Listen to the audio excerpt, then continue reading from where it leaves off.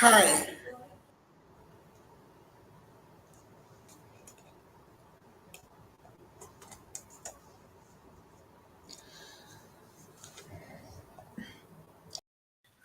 Hello. Good morning, good afternoon, good evening to all of you who Hello. are joined from the different parts of the world. Can you hear me? You're not audible. Okay, you can hear me? Sorry. Wait.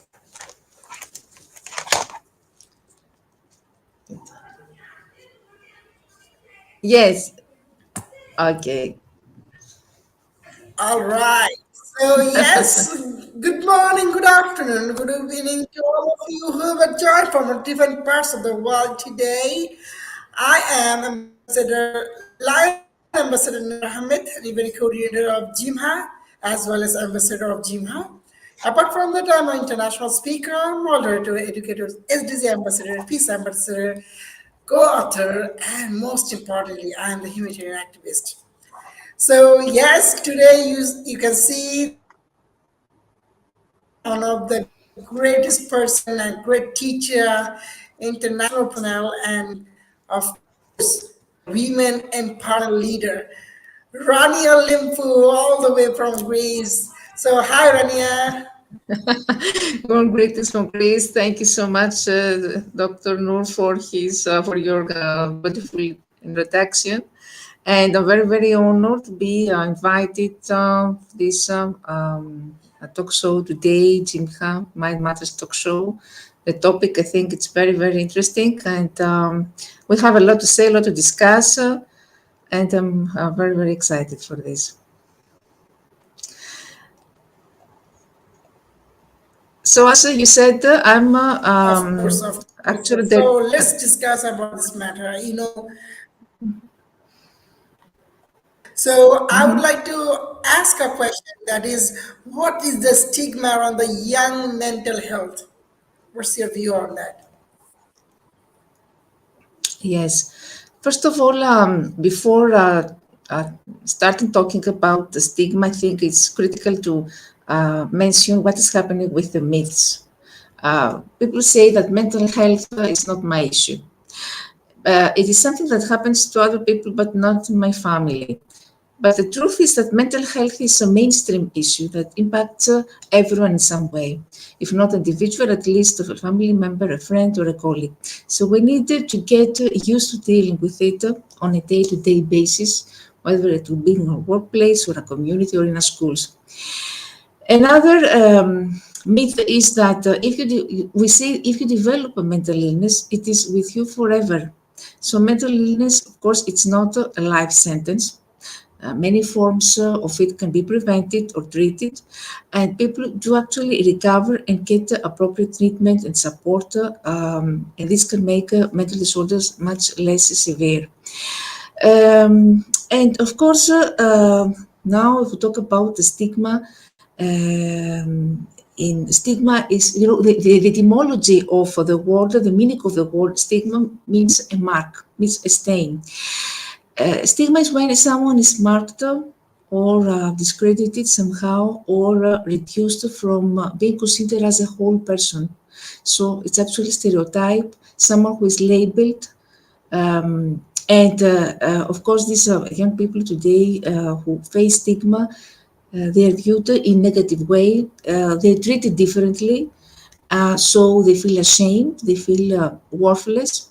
Um, Stigma definitely leads to discrimination, and this in turn can make mental illness worse. So, if we talk about examples of mental illness, stigma often involves inaccurate stereotypes. That means that we say, for instance, that people with mental illness, we believe this may be characterized as being more violent than the rest of society. Or people with anxiety may be labeled as being more coward rather than all the others who have an illness. Or it's also stigma when a person with mental illness is mocked or is called weak for seeking help. Again, this is stigma. So we could say that stigma includes a variety of harmful stereotypical attitudes and behaviors towards against people who have been labeled as mentally ill. And these common stigmatized beliefs include the notion that mental illness includes personal weaknesses, that could be personal deficits, difference, a lack of self-control, and that people with mental illnesses cannot recover. They're considered as dangerous and violent. Of course, all this has to do with culture, with media. It is found throughout of levels of society, within the community, within the social circles, within the families. And stigma actually has three layers, three levels. It's structural. Structural stigma refers to the policies and the practices of institutions that systematically restrict the rights and opportunities for people living with mental health disorders. The second level is social level. Social stigma refers to the process with which social groups cultivate all stereotypes about people with a stigmatized condition and act against them. And a third level, it's self-stigma. Self-stigma happens when individuals with mental health disorders internalize societal attitudes and discriminatory practices. So common stigmas, when we have, for instance, young people, they say that people with mental health disorders are weak or lazy, or they are prone to violence, as I said before, or they are incompetent. It's true that most of us have this type of stereotypes. So we have young people who say, I need to see a therapist, but if my friends find out I leave my class to see a therapist, they will make fun of me. This is what happens in the mind of those who are suffering. And the truth is, that very rarely people with mental illness are dangerous. Most people who have a mental illness usually go to work normally or school or live their lives just like everybody else. The reality is that people with all types of mental illnesses are a greater risk to themselves, we could say, than to others. For instance, a person with schizophrenia, who are usually those people are considered as dangerous, has the same low risk of being violent or dangerous as any other member of the general population. So it's all about the misconception and why, because I said before, cultural stereotypes and media play a pivotal role in this, because they portray inaccurate stereotypes about people with mental illness, and sometimes the use of the language, of hostile language also, is another part of this.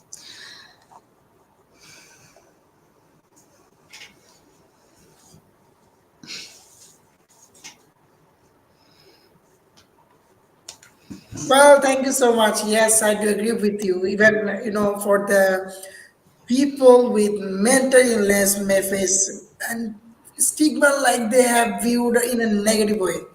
And that the reason they are treated differently, even they made feel ashamed and worthless, even as if they are somehow less than other people. Stigma also can lead to discrimination and trying to make the mental illness worse.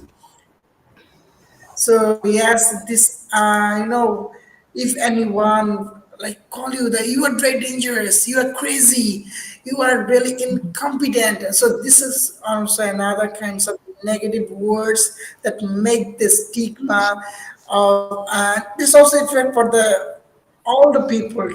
So my next question will be that what can be done to combat to uh, stigma around the UI young mental health?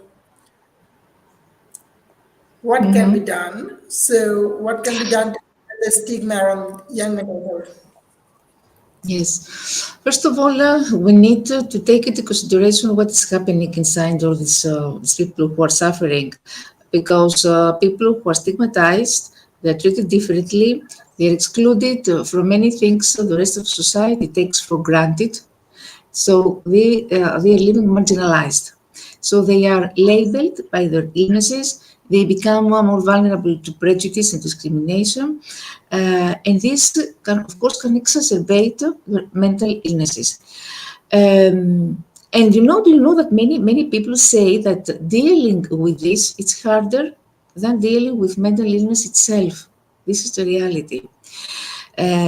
So they feel ashamed, they feel embarrassed many times. This can lead them not to seek treatment, to be isolated from the society, to withdraw from the society, to turn to substance abuse, to drug abuse, or even to suicide. So stigma can lead actually people with mental illnesses to be discriminated, to miss out on work, on housing, to be bullied. And the results of this stigma are actually very heavy. So we could say that there are a lot of approaches that are used. First of all, I mentioned in the beginning about the myths. There are some kinds of attitudes, negative attitudes. We can start from this, from the society. For instance, there are many parents or even individuals who believe that teenagers they don't have really a mental health disorder. It's all about that this depression or anxiety, it's superficial. So they think that teenagers are just at a phase when they're just discovering a lot about themselves. It's not something serious. They don't take seriously a mental health disorder of teenagers. This is the first one. The second one, that we believe usually that teenagers with mental health disorders, they act like this because they want to get a certain way of attention. So they fake a mental disorder and seek attention. This is another misperception. Teens, also teenagers who don't suffer from mental health disorders, they don't suffer, they just this is just a difference in the change of mood, a shift of their mood, because they have hormonal changes in adolescence, and they're often moody. So if we have this kind of perceptions and attitudes which are very superficial, if we see superficially this phenomenon, of course, we can never be able to help young people. So there are some approaches, for instance, in intergroup contact theory. Intergroup contact theory proposes that direct contact with individuals impacted by stigma is a key to reducing prejudice. So social contact is very important, has become a key ingredient, we could say, of anti-stigma interventions. However, apart from social contact, professional contact also of experts is important. Other also approaches that are and interventions which are prioritized has to do with arts-based interventions, mass media approaches, peer support have also great potential. Classroom-based also contact approaches have been used with some success. So if such interventions can reduce stigma, they may increase the willingness of youth to seek services when needed. Of course, we need to admit that the effect of these anti-stigma interventions are small, and this is why stigma remains a considerable societal problem. So I think that researchers and experts need to work a lot on youth mental health stigma reduction interventions to better understand the phenomena in various populations. We need to understand what is happening in the society. And since youth are embedded, are a part of particular families, schools, and societies, there are, of course, many potential sources of stigma, targets for stigma reduction intervention. So discuss with parents, find the surrounding environment, what is happening there is the first step, I think. So identifying, the mechanism of how stigma influences all this, the situation may help guide those who design anti-stigma interventions, how to break down stigma's impact, as a barrier to help, to seek for help. And unfortunately, 1 in 5 adolescents aged from 11 to 14 years old experience symptoms of mental illness. But young people who experience the symptom report difficulties accessing and seeking for help, seeking support. And usually there are barriers to access and seeking support when there is a reluctance to talk about the symptoms, to feel ashamed. And the most important, I think, is the lack of trust. A lack of trust in the sources of support that are available. So we need to identify the importance of young people placed on trusting others when considering, when they have to reveal the symptoms of mental illness, when they have to speak up.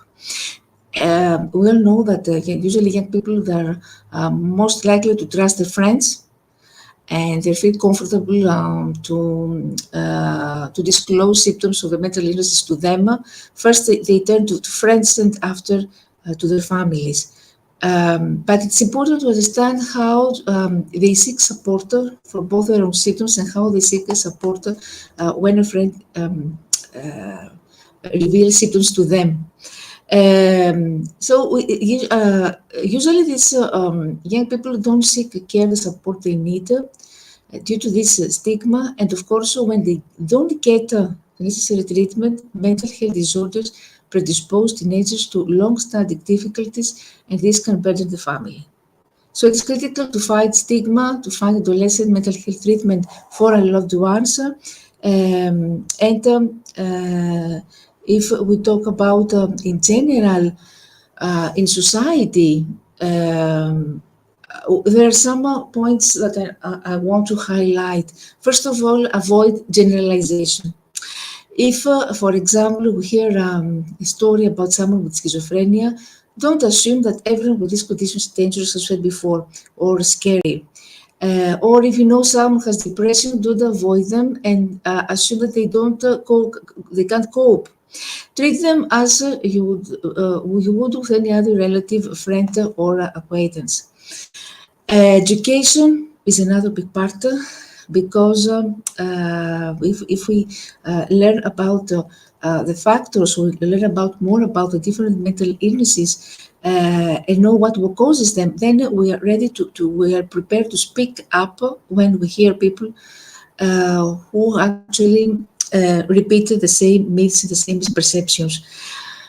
Don't discriminate, avoid discrimination, because people have a right not to be discriminated because, for instance, they have a disability. If you want to say legally, it's against the law to treat those people with mental illness differently than the rest of the population. That means that we can't discriminate against these kinds of people. For instance, by refusing to give them a job, by not to promote them or pay them equally, or refusing to enroll them in educational course, or deny them an entry to public places, or refusing to rent them a house, things like that. It's very, very important for the daily life of these people, not to make their daily life easier. Of course, we need to get to use the idea that mental health disorders are an illness, but an illness that that deserves care, understanding, and support. Need to be open, and said before, to talk to people about this. Another case that I forgot to say, if we want to fight the stigma in society, is to be volunteer. Volunteer at the mental health organization. This is what we're doing here at GYMHA, and I'm very proud to have been a part of this organization. Of course, this has to do with how we change our mindset, how we adjust our thinking. All these things are, I think, very important in order to cope with this kind of issues.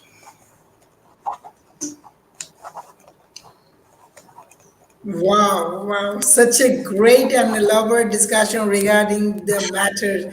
Thank you so much, Rania, for such a wonderful sharing with us.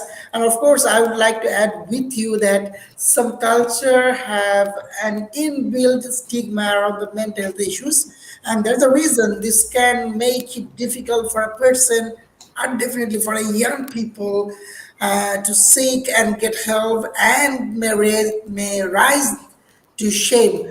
So there is a lot of issues regarding that. So yes, thank you so much, whoever commenting in our Facebook. So I can see Lowell Married shared amazing show, amazing panelists. Thank you so much. And thank you so much for the Kabir Omar who was shared. Thanks for the wonderful presentation. And yes, the credit goes to Rania Lampou, such a wonderful sharing. And we can see another key person onboarding right now. He is none other than the GYMHA Ambassador Coordinator, the Muti Abdul Kareem. So, hello, brother. Assalamu alaikum. Brother, just unmute yourself. Unmute, please. My dear brother, Dauda Abdul Kareem, can you please, yes, you are unmuted. Can you please open your camera so that we can have a good interaction?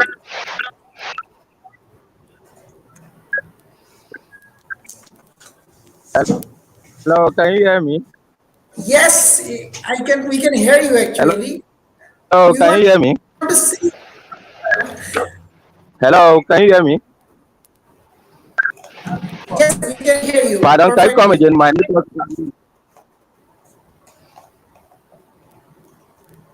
All right. Yes, brother, go on.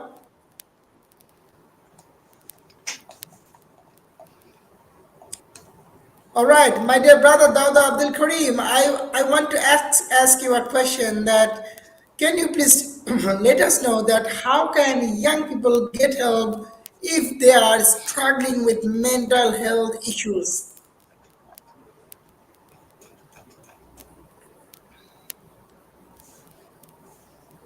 All right. So for the technical issues, my brother gone anyway.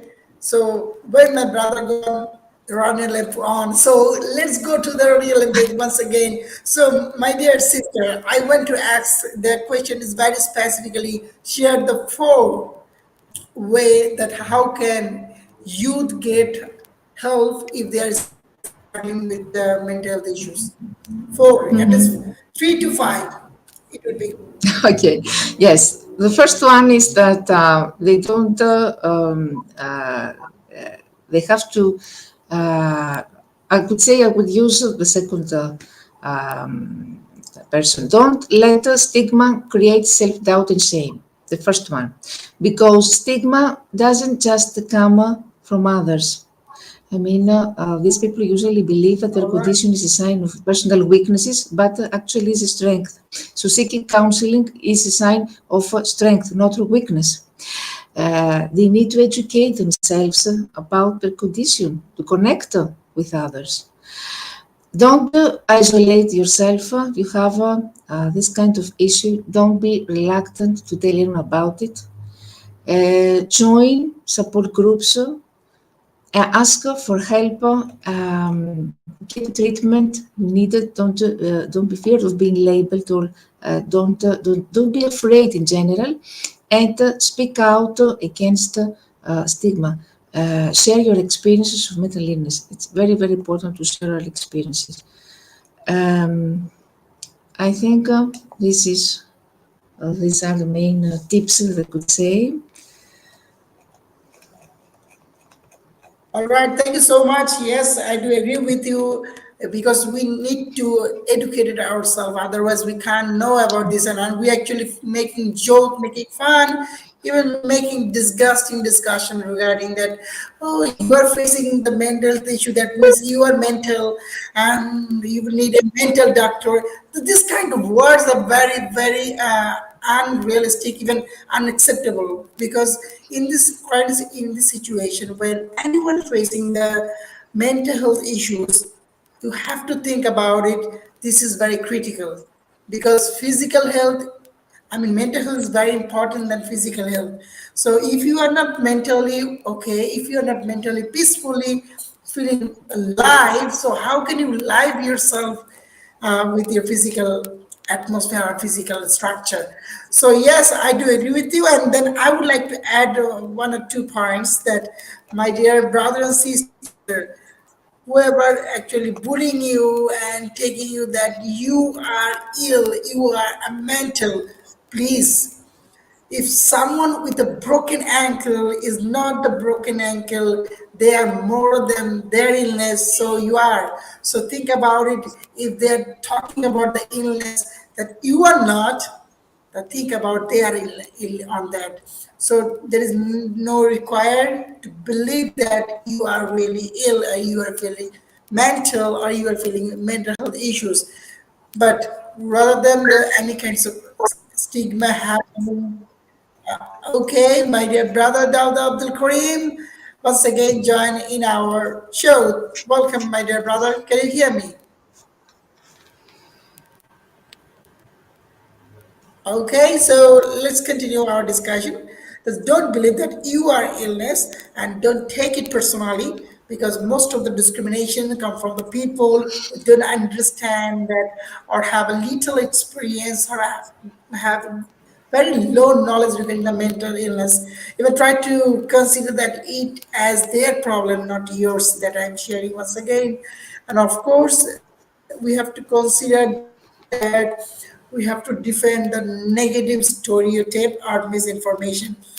My dear, all the audience who have joined from the different parts of the world today, please set the record straight that when you hear a false and negative information, you can report the example of mental illness stigma. You can see some media, you can see some of the action that no, these words are this story, this information is negative, and this is the misinformation are given. You have to raise your voice, you have to defend that. This is also another great action.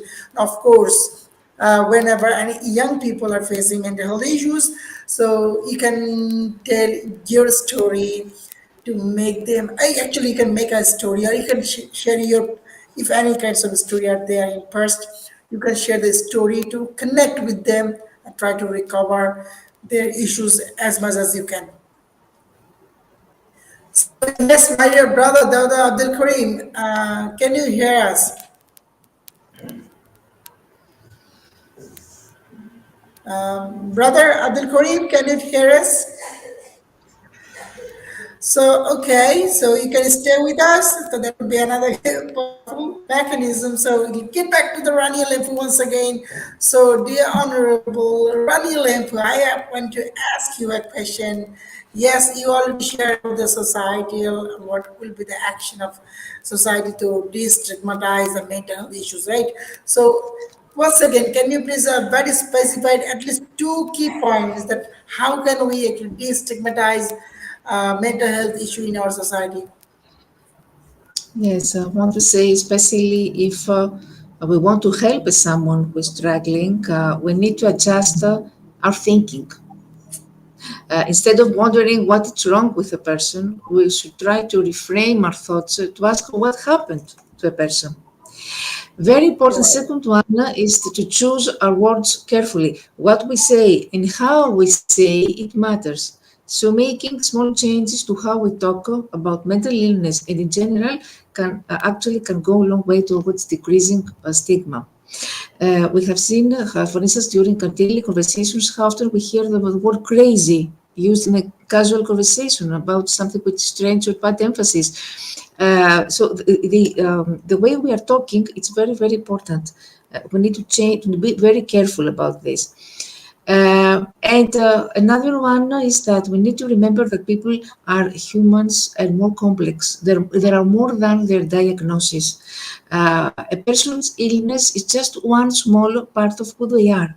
When it comes to mental health, we should be more compassionate, and we should show this compassion and dignity to these people who deserve actually compassion. And educate ourselves, I mentioned before, educate ourselves and others about mental illness. Of course, thank you so much. Yes, the point is educating young people or educating the people to understand and manage their emotion. That would be add with your education or educate the knowledge. And I would like to add 2 to 3 points that we have to think about that we are right now thinking about changes can society make to prevent the mental health problems. So firstly, I would like to flag out that as a society representative, also in society, within the society, we have to helping the parents nurture their children because youth mental health happening when your parents or your father or mother are being busy with their job with their all the things all the stuffs rather than to nurture yourself. So I think if the society can take a kind of vocational or activities that to help the parents to nurture their children. And of course, number two, I would like to flag out that protecting children from trauma.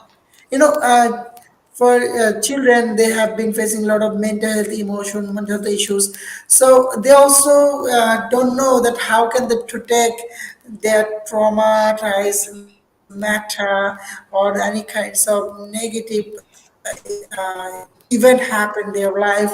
So we have to, as a society, they have to considering that how can they protect children from the trauma. And of course, I would like to flag out once again that we have to support a people who are under a lot of pressure of work or any other sector. Because, Yes, society is thinking about all of we are. All right. mhm. So we have to think about the society we're living together. So we have to consider that we have to support each other. If you are not supporting your nearest or within the people within your society, how can you actually think that you are doing such a contributory effort in your society in the terms of mental health issues? Of course, and the number four and the last one of mine that reducing loneliness for the older people. We are considering the old age home, and lot of information are there that you have to lead your old age home, or you will be the old age home in your older time. So we have to think about it. Please, this is very also a very concerning thing to make and to deprive or fall down in the mental issues. So we also reducing loneliness not only for the older people but also the uh, young people because as I shared earlier their parents are being busy with some other activities or job, so they also feel very lonely in nature. So thank you so much whoever yes empower. Thank you so much for your Yes. comment. It's I amazing want work and to I add would like something. to be sure, please go on.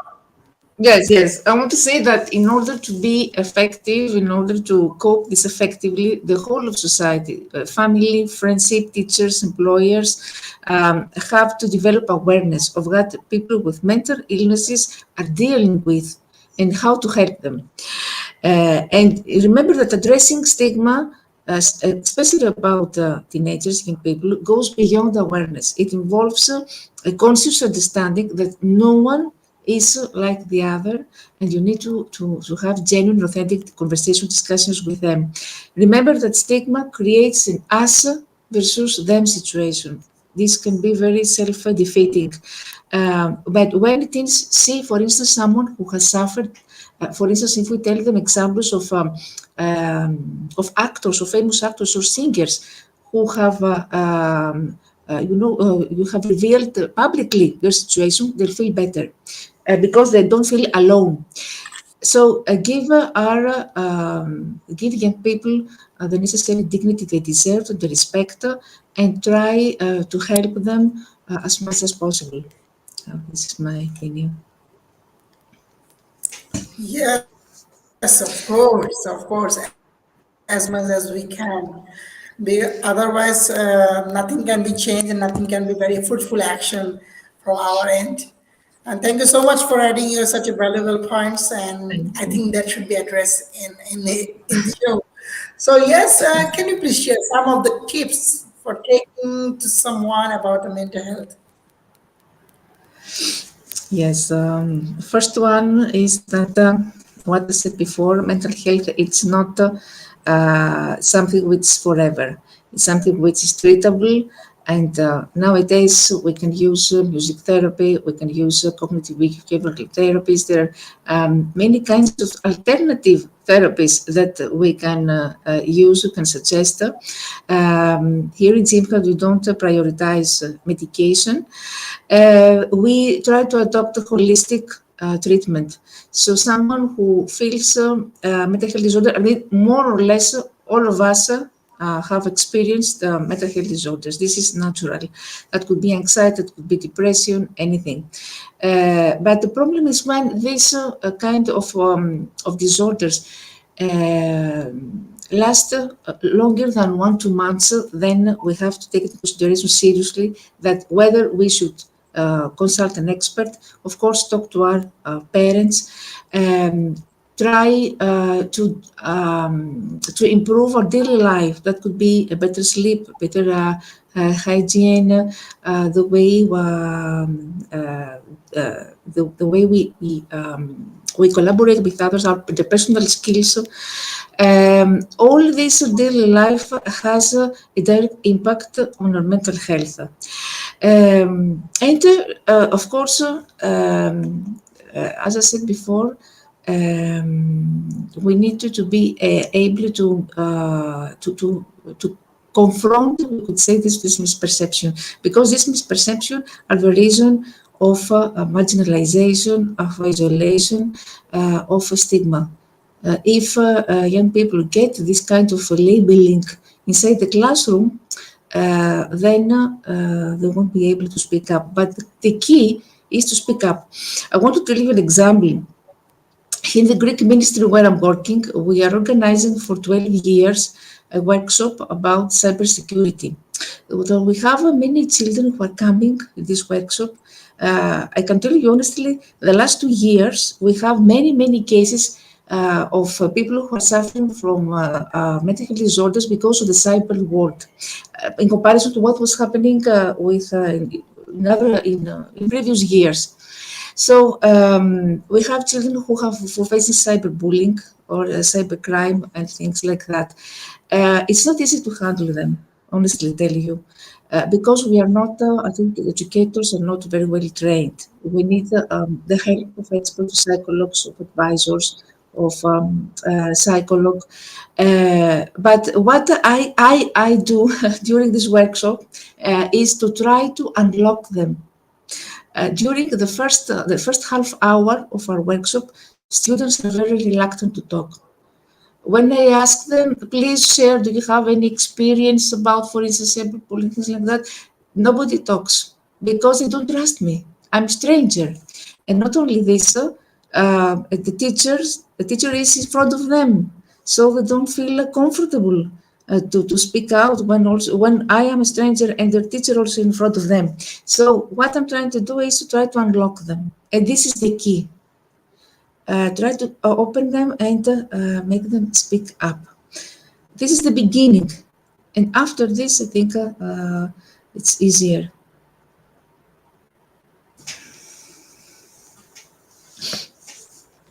Ever think that they are not feeling comfortable to share their words, to share to their struggling? Do you think that they are facing any comfortable? I mean, they are not getting the comfortable zone where they can actually share their words. Yes, they don't feel comfortable. They are many of them. I have experienced also the case of some children who share their experiences, and the other classmates were laughing. I was there at the same time. So the immaturity of classmates, of the colleagues, also is another part, another issue. That's why they don't feel comfortable. There are many reasons why young people don't feel comfortable to speak out. And as I said before, if we talk about older ages, for instance, young people of 20 or 21, they feel afraid that they will lose a job, or that they won't be accepted to some public spaces, or all these things that stigma implies. It's a great success if someone tries to approach people and make them speak and share. A major challenge is success if you achieve this. As you are actually doing a responsibility in the Ministry of Education, do you really think that mental health related the topics should be addressed in our curriculum from the very early ages? What do you think about that? Yes, it's what I'm saying many years now. And unfortunately, as we here in Greece, we had a great reform. I mean, we have integrated a new subject, which is called Skills Lab, and it contains 22 new thematic sessions. We have to do with environmental awareness, with entrepreneurial skills, with STEM robotics. But this mental health is missing from the curriculum. I don't understand why. Right. Since it's the number one issue of children nowadays, especially after the COVID pandemic, children are suffering. I can see this from the children. Children who are from divorced families, children who are already at the age of primary school. I have students primary school who are smoking, who are prone to substance abuse, who are involved in criminal gangs. Right. We have many cases of this. Right. These children need help. They need psychological help, and this means that they are abandoned. So parents are the first one important factor, and the least that teachers that can do is to collaborate with parents and organize to arrange pedagogical sessions with them. Of course, it should be integrated in the curriculum, but yes. This is not taken for granted. Yes, yeah, We don't know how many that. countries have this. Yes, of course, this is very important. So my another query, actually, as you are from the Ministry of Education and you really consider about the mental issue, and that should be addressed in our curriculum. But do you really think that what are the, if you are really going to contribute that you are going to add the mental issues in the curriculum, think about it, you have the power to add the curriculum to address the mental issues. So what do you think in around the world, not only the Greece, in around the world, so how can it can be addressed as a preliminaries in our educational system, or how can we do a kind of occasional basis, or if you are really thinking that every organization or every school or institution should have a psychologist or psychological expert should be there to address all the negative issues of mental health of any young people. So what do you think about that? Already, there are some fragmented ways in order to try to integrate somehow mental health issues in education. We have, for instance, on the European level, campaigns, weekly campaigns about mental health week, and student and teacher in general in education Right. institutions are invited to implement certain activities, specific activities. That could be drama therapy, very important. It's very liberating and very cathartic for students. Simulations, role playing, many activities that we can find. I mean, of course, when these kind of initiatives with campaigns, they give us also resources because teachers need to be, educated, trained on this. So if we give it to teachers specific resources, for instance, videos, special assistance from experts, I think they can do wonders. But there is a lack of professional development for teachers. I mean, if we integrate finally mental health issues in the curriculum, this should go along with professional development training. This should go along. And as I said before, we Absolutely. have some fragmented cases that initiatives, but it's not of course enough. It's not enough once a month or to do something. It's not enough. Right, right. So Actually, it's a very collaborative discussion with you regarding the mental issues. This is really a burning issue nowadays because young people are very emotional in nature. They have been, uh, actually, they are not considering their life as so valuable. They are doing such a destructive or brutal things, whatever they feel. So that's the reason that we are, as a parents, we are not very concerned about that. As a teacher, we are not bound to do that. We are really considering to share all of our educational terms and terminologies. But as a social people, we are also avoiding those things that no, I don't want to take any kinds of risks of other people. So this is the reason we still are not considering mental health issues so vastly. So that is also need to be addressed. So thank you so much, my dear sister Rania Lampou, for such a wonderful contributory effort. Because I really love to learn from you, and I think everyone whoever listen you from the very beginning to till now, they're also feeling that they are getting some information. They are really want to learn from you as well. So yes, thank you so much to all of you. But before I going to end this show, I would like to ask you a very last question. What will be the one sentence to all of the young people regarding the mental health issues? Yes. One sentence. Okay. I would like to tell them that they are not alone, and all this effort needs a collective approach. Everyone is involved. All key stakeholders are involved: parents, teachers, experts, health practitioners, mayors. Everyone is involved. So remember that we are not alone. There is always someone that can help. This is my message.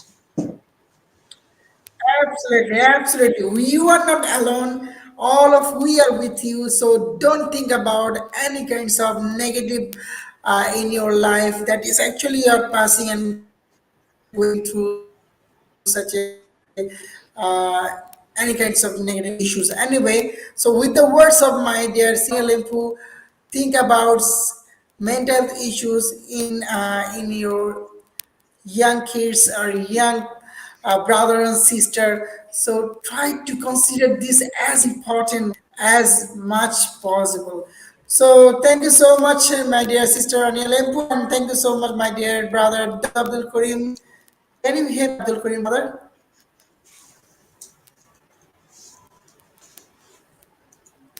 All right, so my dear brother also faces some network issues. No issues from right now. Thank you so much, all of you who have been listening us from the very beginning till now. We will be right back for the next upcoming Facebook Live show. Till then, take care, and of course, take care of your mental health. Assalamu alaikum, and goodbye right now. Bye bye. Have a take Goodbye. care. Thank you. Thank you very much for the invitation. Thank you. Thank you. Bye. Thank you so much.